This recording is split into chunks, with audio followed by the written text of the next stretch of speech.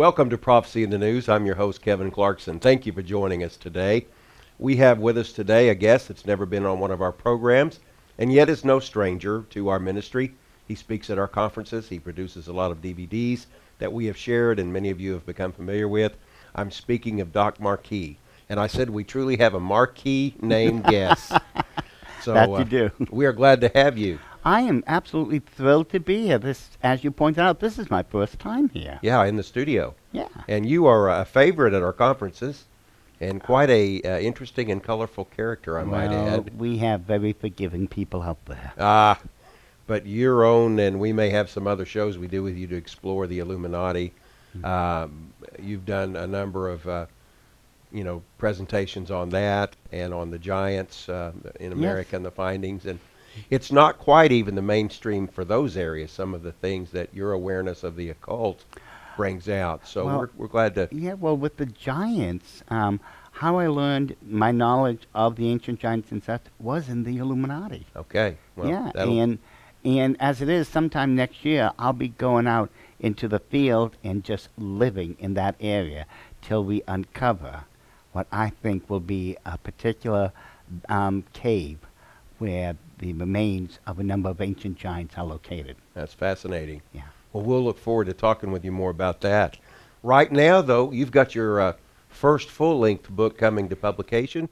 Yes. It'll be out in October by Charisma House, The Final Rapture. Mm-hmm.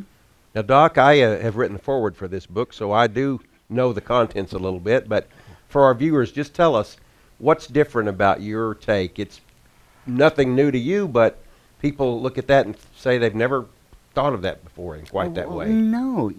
How this began, it was at one of your conferences that you just spoke of. See, what I will do sometimes, before I put a DVD together, I'll take part of the presentation and I'll test drive it, see what the audience thinks of it, And I recall, in particular, if you remember, it was at one of the presentations where I was doing this particular presentation, and afterwards, now remember, to me, this is old hat now. I've been teaching this way on the Rapture for about 25, 30 years almost now. And afterwards, I had more people come up to me, pastors, teachers, preachers, lay people, all asking me, where did you learn this? Who taught you this? Why aren't we being taught this from behind the pulpit, so on and so forth? And I'm standing there scratching my head trying to figure this out, because I just thought this was common knowledge, the way you teach it. Right. And what had happened, how this became a book. I was doing it yet again, another conference, and you know the section that they always block off, usually Thursday evening, so just the speakers can, start putting up their tables, getting everything set. Yes. Well, I was doing the same thing. I was emptying out my boxes of the DVDs on top of it, and there was about 400 DVDs sitting there. I'm just looking at it saying, I don't want to do this. And again, it's just supposed to be the speakers. Well, this tall, young, strapping man, about 25 years old, I've got calluses older than he is, from Charisma House, his name is Joshua Dolan. He walks up to me, and I'm looking at all these DVDs, and just as I turned to speak to him, he reached down and he picked up a particular DVD and says, well, I'm with Charisma House, and we'd like to we'd like to offer you a book deal. And I'm thinking to myself, yeah, right. And I'm going, well, okay, tell you what, after I'm done with setting up everything, we'll talk about it. And we didn't get to talk much that night. But after I'd done my first presentation, which happened to have been on the Rapture, he was talking with me behind my table, and the truth of the matter was I put him to work. Oh, yeah. He wanted to see a lot of presentations. I kept Joshua there, Okay, yeah, you want to buy this, that's fine. Pay Joshua, and I'll just go, and I was just talking to the next people. Little Tom Sawyer psychology there. You got to believe it. And so, quite honestly, I didn't know Charisma House from Adam. I didn't. I do DVDs because that's what the people want. However, it's been the last 5, 7 years, something like that, people have been asking me to write a book. And Joshua just said, Charisma House sent me down here. We want you to write a book for us. And basically, from there, I was hooked up with Maureen Eha. She became my editor. And then they put together a whole team of people. And, 5 months later, here voila, we have a book. Well, here we are. Well, that's a lot of good insider info and how that stuff happens that we never know about as a public. But the contents of this book, Charisma was interested in this because they thought this was kind of a new, it's not new truth. It's not really anything that wasn't in the Bible. It's just maybe the way that you roll it out and look at it, calling it the Final Rapture, implying that there were other raptures. Yes, exactly. There were. Well, let's talk about that. Okay, well, we go at the standard belief, that there's a pre, mid, and a post-trib. And of course, now there's the seventh trumpet in the book of Revelation, the new flavor of the month, as I call it, or it's, maybe the new mid-tribulation. Pre-wrath, I think some call it. Yeah, exactly. Yeah. Well, before we can determine if it's pre, mid, or post, we have to first understand what it is we're trying to define. Now, most Christians I've asked, I would say, would you please tell me what is a rapture? Mm-hmm. And they tell me, I don't know how many have answered this the same way. Well, that's when Jesus Christ is coming in the cloud and take us off the earth, and we'll meet him in the air, and he takes us to heaven. And I'm going, yes, that's absolutely right. But I didn't ask you that question. I asked you, what is a rapture, not what is the next rapture. And that's what's different about this. Well, yes. Because we all assume there is one and only one. That's the rapture. Problem. And you're saying there's more. There's a lot more. When we identify and define what makes a rapture a rapture. And it's three simple little things. God physically removes those whom he declares to be righteous outside of his impending judgment. That's it. There's God physically removes those whom he declares to be righteous outside of his impending judgment. Exactly. That's it. It was such a simple concept that the apostles, the only ones now who had the divine authority to turn anything to a doctrine, they didn't even turn this into a doctrine. It was too easy, too straightforward. And it's when we try to put our 2 cents into God's word that it gets confused. So, Doc, we are wanting to take this definition apart maybe a piece at a time. God physically removes. Let's talk about that first. Well, when we consider each of the steps, God physically removes. Well, God's going to take whoever it is. He physically removes those people to whom he declares to be righteous. See, there has to be a qualification here for the person to be under God's divine protection, and that is righteousness. Righteousness, okay. And then the third one, outside of his impending judgment. In other words, judgment is going to hit, it's definite. But before God blows the boom, he takes those people whom he declares to be righteous and puts them outside of his impending judgment because they are righteous. It's interesting you use the word outside. That could mean any manner of ways of removal.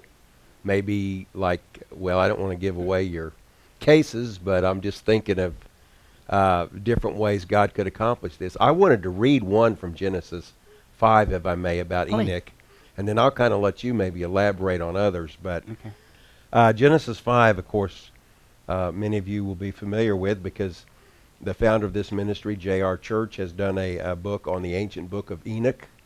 And this is about Enoch. It's in Genesis 5. It says, Enoch lived 65 years and begat Methuselah. And Enoch walked with God after he begat Methuselah 300 years and begat sons and daughters. And all the days of Enoch were 365 years. And Enoch walked with God, and he was not, for God took him. Yeah. Enoch was purposely taken for a reason down the road. Same thing with Elijah. You know, they were both raptured. You know, but it's gonna for them, their full story plays out in the book of Revelation as the two witnesses. We could get into that, but it would take another show to do it. Right. You know, but another example.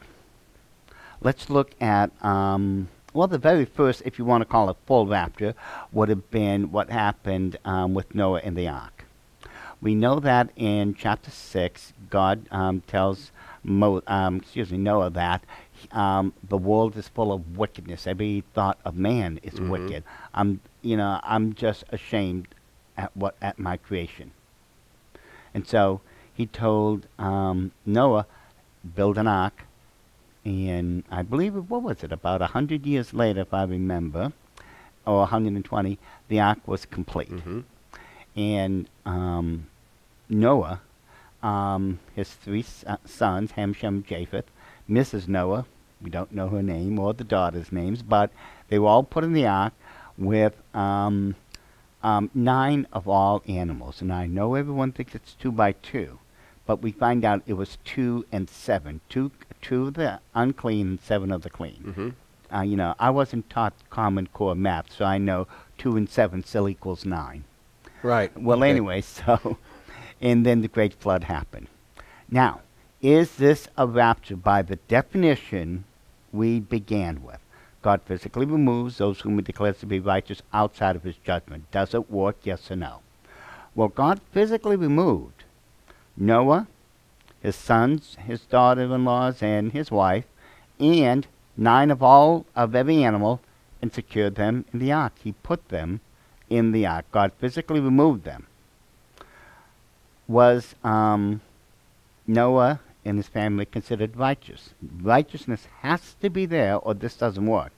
We find out in chapter 6, it's declared Noah and his family were righteous before the eyes of the Lord. Right.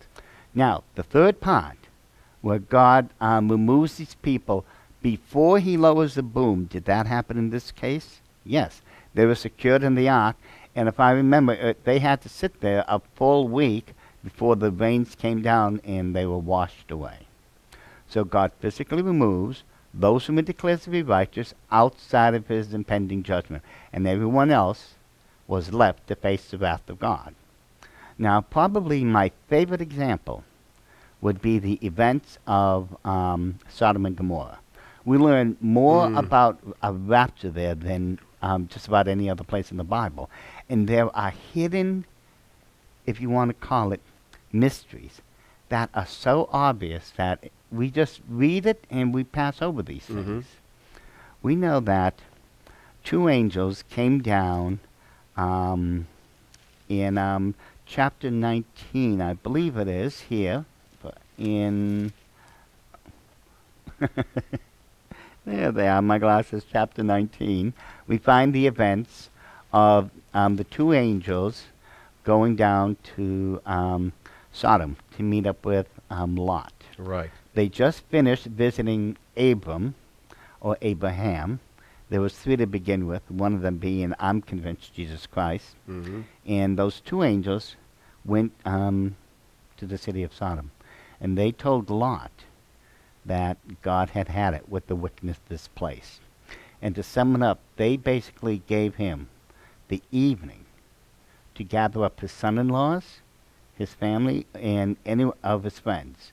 You will be out of here by sundown tomorrow. That's all you've got. And because Lot was carrying, I think he was just trying to keep grabbing as many people as he could because he knew the place was going to be destroyed, that he just kept trying. Finally, the angels grabbed Lot by the hand, his wife, his daughter-in-laws, and just dragged him out of the city. And they explained to him, and this is where it gets interesting. They explained that because you're here, we can't touch the place. So what was there about Lot that prevented the hand of God from raining down judgment upon Sodom and the entire plains? Find out in a second. So they bring him outside of the city. Right. And they're told, flee to the mountains and don't look back. Well, Lot is up there in age. He's in his 80s, 90s right about now. And he said, I can't make it that far. Besides that, the mountains, there are bad people up there. They'll kill us. Mm-hmm. And so Lot counted and said, tell you what, there's a city down the road. It's a small city. It's not too big, but it's down the road. It's called Zoar. I can make it there, And the angel said another interesting thing here. He said, because thou hast declared Zoar, and you're going to go live in it, it will be spared. Why? This is the big question. Why couldn't Sodom be touched when Lot was there? And why is it now Zoar can't be touched because Lot was going to take up residence? Let's look at the three steps. Right. God physically removes. That's what he did with Lot and his family. Well, the angels literally had to drag him out because Lot was tarrying, but the point is they were taken out. Those whom he declares to be righteous. Now, not once in this story is it declared he's righteous until you go to the New Testament, where it tells us Lot was a righteous man before the Lord. God had declared him to be righteous. Now, wherever righteousness is found, God can't lower the boom. That's the problem. You see, Lot was the only righteous man in all of Sodom. And because he was still there, God couldn't lower the boom. So he had to remove him first. Mm-hmm. Now, again, we look at the story, we find out that Lot declares he's now going to move into Zoar. And the angel told him, to paraphrase all this, said, because you're moving into Zoar, it won't be touched. That tells us Zoar was on the hit list. Mm-hmm. I won't touch it now. Why? Because righteousness has now entered into Zoar. And it's only after, if you read the account, after he moved into Zoar, he made it to the city, only once he was there, did God lower the boom. And everything on that plain was completely wiped out. See, righteousness has to be, because righteousness is active, I should say, God won't touch anything. God won't touch the place. Mm-hmm. So long as one righteous person lives here in the United States of America, God can't touch it. This is how it's spelled out in the Bible. God physically removes those who declares to be righteous outside of his impending judgment. Judgment hit only after he was removed and safely tucked away. And there are other examples of this throughout the Word of God. We could go to the Ten Commandments, with the plagues. When Moses confronted Pharaoh. We already talked about Enoch, Elijah, and there are others. And this next one is going to happen in the exact same pattern. That's it. It's got to happen the exact same way. The next one being the Final Rapture? The final one. Hence the title of the book. It is the final one because after this last rapture occurs, there's the end of all Christian history ends. There's no more Christian history after that. It's turned over to a new age, a new period of time, known as a tribulation period. 7 years is given over to the enemy. And the Lord doesn't touch the earth in judgment until his righteous ones are removed. This is where the same pattern happens, but with every single one, there are differences, Right. With this next rapture. Is it going to, we know according to the scriptures, 1 Thessalonians chapter 4, so on and so forth, everyone is taken off the face of the earth who are saved.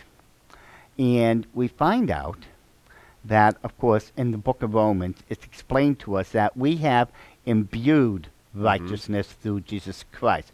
we're righteous, not because we're righteous, but because he is righteous. And you use the word declared righteous, I think, in your Mhm. definition. Yes, It's God's declaration, and he imputes the righteousness. exactly. Yes.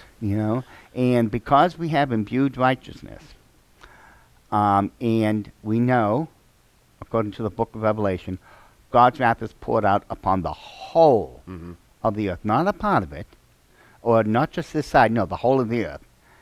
And because we also know God can't touch a place where there is righteousness. He cannot pass judgment on any place that has righteousness in it, because then it wouldn't make him a righteous judge. Right.